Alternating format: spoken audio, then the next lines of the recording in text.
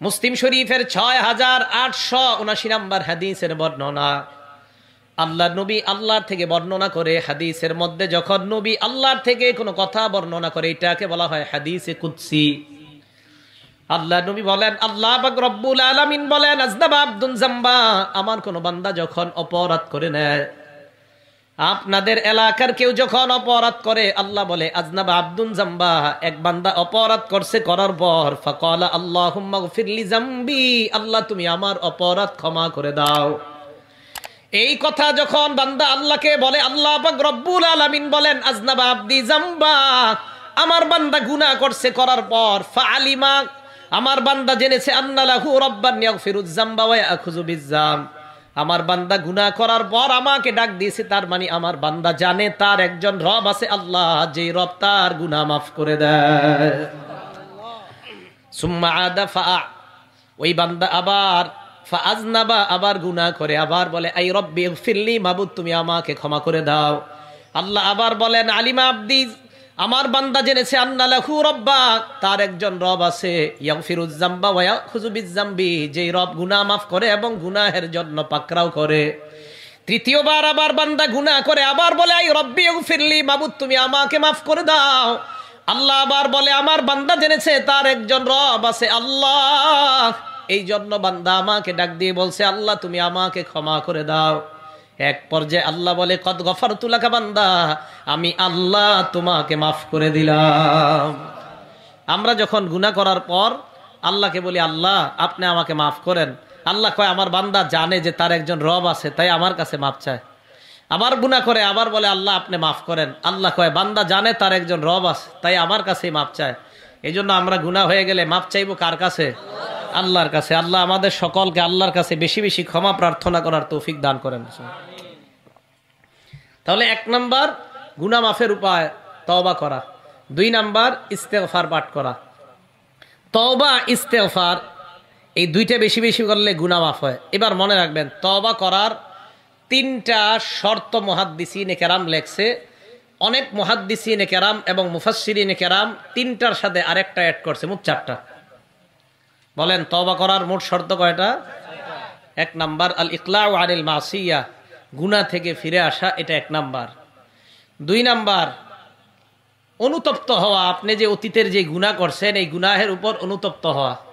মনে রাখবেন গুনাহের উপর অনুতপ্ত হওয়া এটাও একটা তওবা। ইবনে মাজাহ হাদিস নাম্বার 4252 নাম্বার হাদিসে রাসূল আকরাম সাল্লাল্লাহু আলাইহি ওয়াসাল্লাম বলেন আন নাদামু আত-তাওবা, অনুতপ্ত হওয়া এটাও একটা তওবা। এখন আপনারা এই জায়গায় যারা বসে আছেন, আপনি তো জানেন আমি কি কি গুনাহ করছি। এই গুনাহের জন্য এই মুহূর্তে যারা মনে মনে তওবা করে নিচ্ছেন, এই তওবা মনে মনে অনুতপ্ত হওয়াটাও নবী বলেন এটাও একটা তওবা। তাই 1 নাম্বার গুনাহ থেকে ফিরে আসা, 2 নাম্বার অনুতপ্ত হওয়া, 3 নাম্বার প্রতিজ্ঞা করা ভবিষ্যতে এই গুনাহ আর করব না। এই গেল 3টা উপায়, 3টা শর্ত। সব মুহাদ্দিস মুফাসসির এই 3টা লেখছেন। চতুর্থ আরেকটা লেখছেন মুহাদ্দিসিনে কেরাম, সেটা হলো বান্দার হক যদি মেরে থাকেন, এটা আপনি যেইভাবে হোক তার কাছ থেকে ক্ষমা পেয়ে, যেইভাবে হোক আপনি তার কাছ থেকে ক্ষমা পেতে হবে। এটা সারা জীবন সেজদা দিয়ে থাকলেও কিন্তু মাফ হবে না, বান্দার হক। তাহলে তওবার আমরা শর্ত পেয়ে গেলাম কয়টা? 4টা। 1 নাম্বার গুনাহ থেকে ফিরে আসা, 2 নাম্বার অনুতপ্ত হওয়া, 3 নাম্বার প্রতিজ্ঞা করা ভবিষ্যতে আর গুনাহ না করার, 4 নাম্বার বান্দার হক মেরে থাকলে এই হকটা আপনি যেইভাবে হোক আদায় করে দেওয়া, মোট কথা তার থেকে মাপ চেয়ে নেওয়া এবং সে মাফ করা। 1 নাম্বার তওবা, 2 নাম্বার ইস্তেগফার, আর তওবার 4 শর্ত জানলাম। 3 নাম্বার গুনাহ মাফের উপায়, মন দিয়ে বাংলাটা বুঝবেন। ক্ষমা পাওয়ার আশায় আল্লাহর কাছে বারবার ক্ষমা চাওয়া। বলেন কি পাওয়ার আশায়? আল্লাহর কাছে বারবার ক্ষমা চাওয়া। যেমন মসজিদের ইমাম সাহেব মাঝে মাঝে দোয়া করে আলহামদুলিল্লাহ রাব্বিল আলামিন, দোয়া করছে। কেন আপনিও চিন্তা করলেন হুজুরে হাত তুলছে আমিও তুলি, মানে তুললেন আর কি হুদাই। তার মানে এই মুনাজাতে আপনার কোনো উদ্দেশ্য নাই, ফাও ফাও মানে কি হুজুরে উঠাইছে তো উঠাইলাম আর কি না। ক্ষমা পাওয়ার আশায় বারবার আল্লাহর কাছে ক্ষমা চাওয়া, ক্ষমা পাওয়ার আশায় বারবার আল্লাহর কাছে কি চাওয়া? ক্ষমা চাওয়া। আল্লাহ তৌফিক দান করেন। তিরমিজি শরীফের 3540 নাম্বার হাদিস, মন দিয়ে শোনেন। আল্লাহ পাক রব্বুল আলামিন আমাকে আপনাকে আমাদেরকে ডাক দিয়ে বলেন ইয়াবনা আদম, হে আদম সন্তান, ইন্নাকা মা রাজাউতানি ওয়া দাউতানি গফারতু লাকা আলা মা ফিকা ওয়ালা উবালি। আল্লাহ পাক রব্বুল আলামিন বলেন, হে আদম সন্তান, তুমি আমাকে ক্ষমা পাওয়ার আশায় যতবার তুমি আমাকে ডাক দেওয়া আর বলো আল্লাহ তুমি আমাকে মাফ করে দাও, গফারতু লাকা আলা মা কানা ফিকা ওয়ালা উবালি, আমি আল্লাহ তুমি যতবার মাফ চাও ক্ষমা পাওয়ার আশায় ততবার মাফ করতে আমি আল্লাহ পরোয়া করি না। এবার একটু বুঝেন পরোয়া কারে কয়? আপনাদের কাউকে বললাম আমি তোমাকে 100 টাকা দিব, তো হুজুর কয় না আপনি দিবেন না, উনি বলতেছে আমি না আমি পরোয়া করি না, আমি দিবই, এটাকে কয় পরোয়া। আল্লাহ বলে আমার বান্দা আমার কাছে মাপ চাইবে আমি ক্ষমা করব, কার কি বুঝেন তো? পরোয়া কারে কয়? আল্লাহ বলেন আমার বান্দা আমার কাছে মাপ চাবে আমি ক্ষমা করব, কার কি? আমি ক্ষমা করবো আমার বান্দাকে, আমি কারোর পরোয়া করি না, মাপ চাও আমি তোমাকে মাফ করব, এটারে কয় পরোয়া না করা। এবার আল্লাহ বলে ইবনা আদম লাউ বালাগাত যুনুবুকা আনানাস সামা, হে আদম সন্তান তোমার গুনাহ যদি আকাশ পরিমাণ পৌঁছে যায়, আকাশের চূড়ায় গিয়ে পৌঁছে যায়, সুম্মাস্তাগফারতানি, এরপর আমার কাছে তুমি ক্ষমা চাও, গফারতু লাকা আলা মা কানা ফিকা ওয়ালা উবালি, এই আকাশ পরিমাণ গুনাহ মাফ করতে আমি আল্লাহ কারো পরোয়া করি না। ইবনা আদম, হে আদম সন্তান লাউ আতাইতানি বিকরাবিল আরদি খতায়া, তুমি যদি জমিন পরিমাণ অপরাধ নিয়ে আমার কাছে উপস্থিত হয়ে যাও, লা আতাইতুকা বিকিরাবিল মারদি মাগফিরাতান, আমি আল্লাহ জমিন পরিমাণ ক্ষমা নিয়ে তোমার কাছে উপস্থিত হয়ে যাই। জমিন পরিমাণ অপরাধ, এরপরে আমার কাছে তুমি ক্ষমা চাও, আমি আল্লাহ জমিন পরিমাণ ক্ষমা নিয়ে তোমাকে ক্ষমা করে দিব। তাহলে ক্ষমা চাইবো আমরা কার কাছে? আমাদের আকাশ পরিমাণ গুনাহ, জমিনের বালু পরিমাণ গুনাহ, সব গুনাহ মাফ করে দিবে আল্লাহ। এ হলো 3 নাম্বার গুনাহ মাফের উপায়। ক্ষমা পাওয়ার আশায় যতবার আল্লাহর কাছে ক্ষমা চাবো ততবার আল্লাহ মাফ করে দিবেন। 4 নাম্বার নবীজির আনুগত্য করা। বলেন কার আনুগত্য করা? সূরা আলী ইমরানের 31 নাম্বার আয়াত আল্লাহ বলেন, কুল ইন কুনতুম তুহিব্বুনাল্লাহা ফাত্তাবিউনি ইউহিব্বুকুমুল্লাহ ওয়া ইয়াগফির লাকুম যুনুবাকুম। আল্লাহ বলেন তোমরা যদি আল্লাহকে ভালোবাসো, ফাত্তাবিউনি আমার অনুসরণ করো, ইউহিব্বুকুমুল্লাহ আমি আল্লাহর ঘোষণা, তোমরা যদি নবীর অনুসরণ করো আল্লাহ তোমাদেরকে ভালোবাসবেন, ওয়া ইয়াগফির লাকুম যুনুবাকুম তোমাদের জীবনের সব অপরাধ ক্ষমা করে দিবেন। বুঝেন কথাটা? আল্লাহকে যদি ভালোবাসো তাহলে নবীর অনুসরণ করো, নবীর অনুসরণ যদি করো তোমরা আমাকে কি ভালোবাসবা, আমি তোমাদেরকে ভালোবাসবো। নবীর অনুসরণ কাকে বলে এটা বুঝতে হবে। বর্তমানে আমাদের সমাজের স্লোগান, হুজুর এই যে আপনারা তারাবি 20 রাকাত পড়েন এটা কি নবীজি পড়েছেন? স্লোগানটা বুঝেন। হুজুর এই যে জুমার দিন 2 আজান দেন আপনারা এটা কি নবীজি করেছেন? এখন থেকে 2টা বাংলা শিখেন, বলেন নবীজি করেছেন, বলেন সবাই নবীজি করেছেন, নবীজি বলেছেন, এই দুটোটাই হাদিস। বলেন তো নবীজি করেছেন বলেছেন, করেছেন বলেছেন, শুধু করেছেন মানতে হবে না, বলেছেন যেটা সেটাও মানতে হবে। হ্যাঁ, এতটুকু বুঝে আসছে? তাহলে আপনাদেরকে সংক্ষেপে একটা হাদিসের চমৎকার একটা ঘটনা শোনাই, হাদিস থেকে। এটা আমার সাথে ঘটে গেছে। জুমার নামাজ পড়ে মসজিদে বসে রয়েছি, এক ব্যক্তি আসছে, সালাম দিছে, আপনাকে একটা প্রশ্ন করব। জি করেন। আপনাদের জুমার নামাজের আগে 2টা আজান দেন এটা কি সুন্নত সম্মত? তা আমি বললাম জি সুন্নত সম্মত। তো বলতেছি কি ভদ্র মানুষ যে নবীজি যা করেছেন তা সুন্নত তা তো জানি, কিন্তু দ্বিতীয় আজান যে আরেকটা দেওয়া হয়, আরেকটা আজান মানে আজান তো হবে একটা, আরেকটা যে আজান এটা নাকি হজরত ওসমান চালু করেছে। আমি বললাম হ্যাঁ হজরত ওসমান চালু করেছে। কথা বুঝে আসছে আপনাদের? তাহলে ওনার সব কথা আমি হ্যাঁ হ্যাঁ বলতেছি। উনি বললেন জুমার 2 আজান দেন এটা কি সুন্নত? আমি বললাম সুন্নত। ঠিক আপনাকে বললে আপনি এইভাবে জবাবটা দিবেন, এই জবাবটা শিখেন। আপনাকে বলবে ভাই জুমার 2 আজান কি সুন্নত? আপনি বলবেন হ্যাঁ সুন্নত। দ্বিতীয় প্রশ্ন, জুমার আরেকটা আজান নাকি হজরত ওসমান চালু করেছে, আমাকে করছে বা আপনাদেরকেও করতে পারে, জবাব দিবেন হ্যাঁ হজরত ওসমান চালু করেছে। তৃতীয় প্রশ্ন উনি আমাকে করলেন, আপনাদেরকেও করবে, যে নবীর আমল এটা সুন্নত মানি, কিন্তু ওসমানের আমল যে সুন্নত এটা কিভাবে? তখন আপনি বলবেন হ্যাঁ ওসমানের আমলটাও সুন্নত।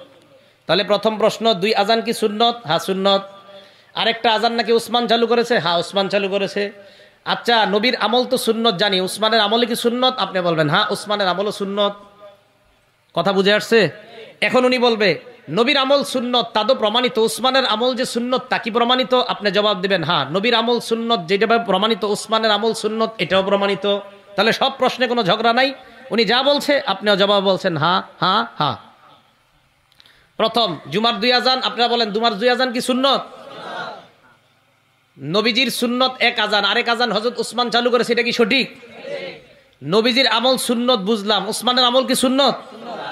নবীজির আমল হাদিস দ্বারা প্রমাণিত, উসমানের আমল কি হাদিস দ্বারা প্রমাণিত? এই তো মাশাআল্লাহ। তুমি আমারে বলে হুজুর হাদিসে কি দলিল আছে? আমি বললাম হ্যাঁ আছে। তাহলে আপনারা বলেন হাদিসে কি দলিল আছে? আছে। তুমি বলতেছে হুজুর ওই দলিল কি হাদিসে 6 কিতাবের সহি যে 6টা কিতাব ওই কিতাবে আছে? আমি বললাম হ্যাঁ ওই কিতাবে আছে।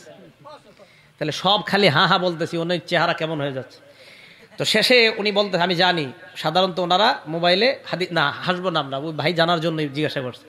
তো বলতেছি হুজুর এই যে 6 কিতাব আমার মোবাইলে আছে, এখানে কি আছে? আমি বললাম হ্যাঁ এখানে আছে। মজার ব্যাপার হলো মোবাইলে আমাদের বাংলাদেশে যারা হাদিসগুলা রাখে এর প্রায় সবগুলা হাদিস আমার পড়া। ওনারা মোবাইলে যেগুলো রাখে, আমি তো জানি এইগুলা দিয়ে উম্মতকে বিভ্রান্ত করার চেষ্টা করবে, কিন্তু এইগুলা পড়ে রাখছি যাতে বিভ্রান্ত না করতে পারে। তো এখন বলতেছি কি এই জায়গায় আছে? আমি বললাম হ্যাঁ এখানে আছে।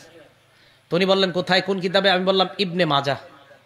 হুজুর হাদিসটা কি সহি? আমি বললাম হ্যাঁ হাদিসও সহি। আপনারা কিন্তু বুঝছেন সব হ্যাঁ হ্যাঁ বলতেছি, একটাও না বলি নাই। এজন্য আমরা কেউ রাগ হয়ে যাব না। আলেমদের কাছে যদি কেউ আসে আপনারা রাগ হবেন না, আপনি ঠান্ডা মাথায় দেখেন আমি কত ঠান্ডা মাথায় বলতেছি।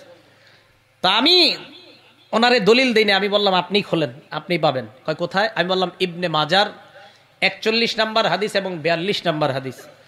41 নম্বর হাদিসে কি আছে সংক্ষেপে, 42 নম্বর হাদিসে কি আছে বাংলাটা পড়ে আমাদেরকে শোনান। আমি মসজিদের রুমে বসা কয়েকজন, আমি বললাম শোনান শোনান, আরবিটা পড়া লাগবে না, শুধু বাংলাটাই পড়েন।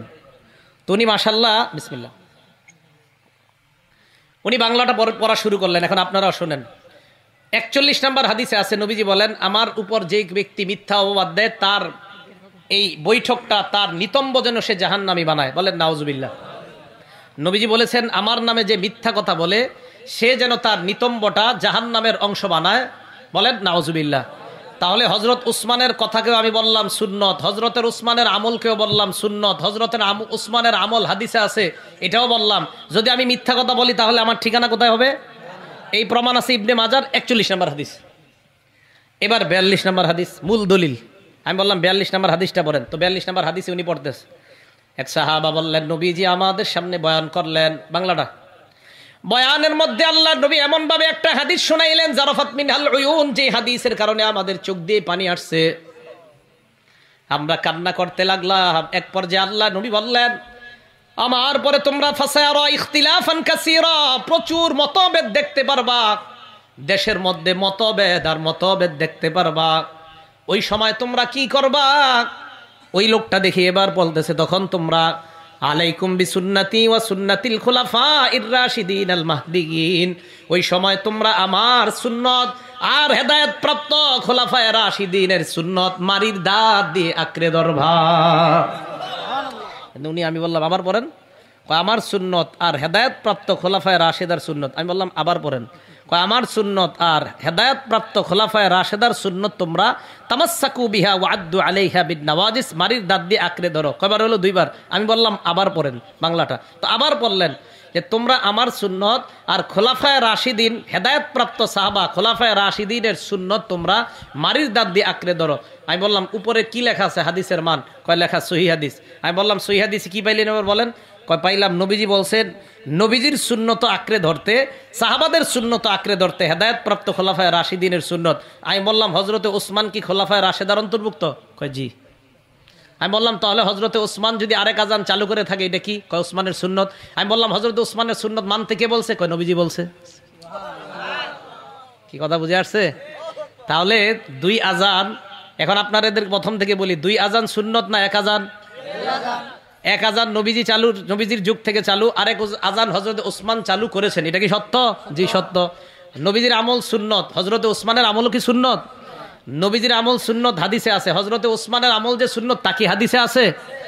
নবীজির আমল সুন্নত এটা হাদিসে যেমন পাই, হযরতে ওসমানের সুন্নত এটাও হাদিসে পাই। কোন কিতাব? ইবনে মাজাহ, হাদিস নাম্বার 42। হাদিসের মান সহিহ হাদিস। হাদিসের মান কি হাদিস? তাহলে সহিহ হাদিসে আছে সাহাবাদের আমল সুন্নত। এবার আসেন আমরা তারাবি পড়ি কয় রাকাত? 20 রাকাত। তখন বলবে তারাবি কি নবীজি 20 রাকাত পড়েছেন? তখন একটা বর্ণনা দেওয়া হয়, কয় বর্ণনা তো দুর্বল। আচ্ছা ঠিক আছে, হযরত ওমর চালু করেছেন। কয় হযরত ওমরের আমল কি সুন্নত? আপনারা জবাব দেন।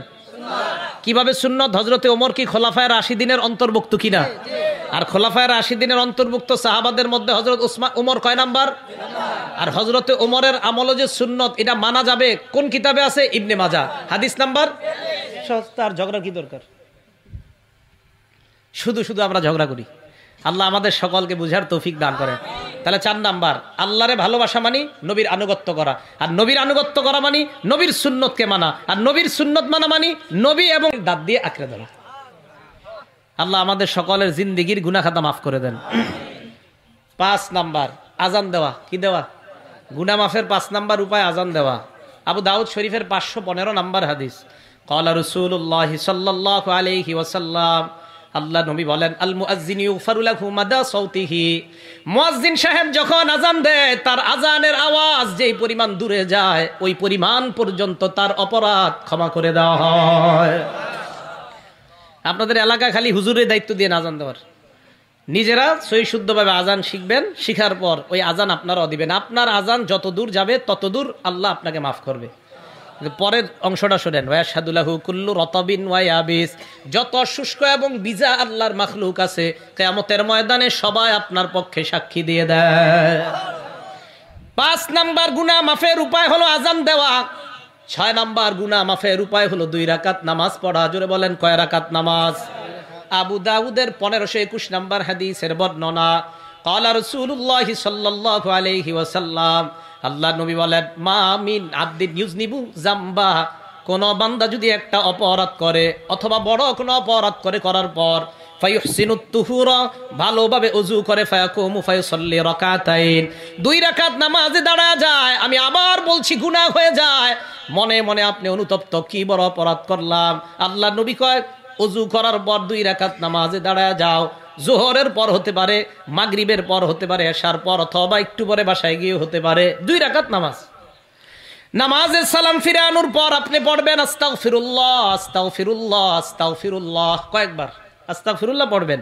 নবীজি বলেন, ইল্লা গফারাল্লাহু লাহু যামবা, যেই অপরাধ মাফের নিয়তে আপনি নামাজে দাঁড়াইলেন, আল্লাহ নবী কয় ওই অপরাধ ওই মুহূর্তে আল্লাহ মাফ করে দেয়। তাহলে 6 নাম্বার গুনাহ মাফের উপায় নামাজ পড়া, 2 রাকাত ওযু করে ভালোভাবে নামাজে দাঁড়ান, 2 রাকাত নামাজ পড়েন, আল্লাহ অপরাধ মাফ করে দিবেন। 7 নাম্বার উপায় 5 ওয়াক্ত নামাজ পড়া। জোরে বলেন, কয় ওয়াক্ত নামাজ পড়া? 5 ওয়াক্ত নামাজ পড়া গুনাহ মাফের 7 নাম্বার উপায়। বুখারী শরীফ হাদিস নাম্বার 526 নাম্বার হাদিস। নবীজি সাল্লাল্লাহু আলাইহি সাল্লামের কাছে এক ব্যক্তি আসার পর বলে, ইয়া রাসূলুল্লাহ, আমি বড় অপরাধ করেছি, অপরাধের ক্ষমা কি আমার জানা নাই? আল্লাহ নবী কোরআনের একটা আয়াত তাকে তেলাওয়াত করে শোনালেন, ইন্নাল হাসানাত ইউযহিবনাস সাইয়্যাত ওয়া আকিমিস সালাতা তারাফাইন নাহারি ওয়া যুলাফাম মিনাল লাইল, দিনের 2 অংশে নামাজ পড়ো, রাতের কিছু অংশে নামাজ আদায় করো, 5 ওয়াক্ত নামাজ। ইন্নাল হাসানাত, ভালো কাজ পাপ কাজকে মিটায় দেয়। এই আয়াত পড়ার পর আল্লাহর নবী বুঝান, তুমি যে অপরাধ করেছো, 5 ওয়াক্ত সালাত আদায় করো, এই 5 ওয়াক্ত নামাজ আদায় করে নাও, তোমার জিন্দেগীর সব অপরাধ আল্লাহ মাফ করে দিবেন। সাহাবা আল্লাহ নবীকে বললেন, ইয়া রাসূলুল্লাহ, আলী হাযা খাসা, এই যে আপনি আমাকে স্পেশাল কথাটা বললেন, 5 ওয়াক্ত নামাজ পড়লে গুনাহ মাফ, এটা কি আমার স্পেশাল বৈশিষ্ট্য নাকি অন্যদের জন্য? নবীজি বললেন, না না, লিজামিই উম্মতি কুল্লিহিম, কিয়ামত পর্যন্ত আমার যত উম্মত 5 ওয়াক্ত নামাজ আদায় করবে, আল্লাহ তাদের জীবনের গুনাহগুলা মাফ করে দিবেন। তাহলে ওনার জন্য না, শুধু আমাদের জন্য। এটা হলো 7 নাম্বার উপায়, 5 ওয়াক্ত নামাজ। 6 নাম্বারটা মনে আছে? 2 রাকাত নামাজ, এমনি নফল নামাজ। 5 নাম্বারটা মনে আছে? আজান। 5 নাম্বার, 6 নাম্বার 2 রাকাত নামাজ, 7 নাম্বার 5 ওয়াক্ত নামাজ।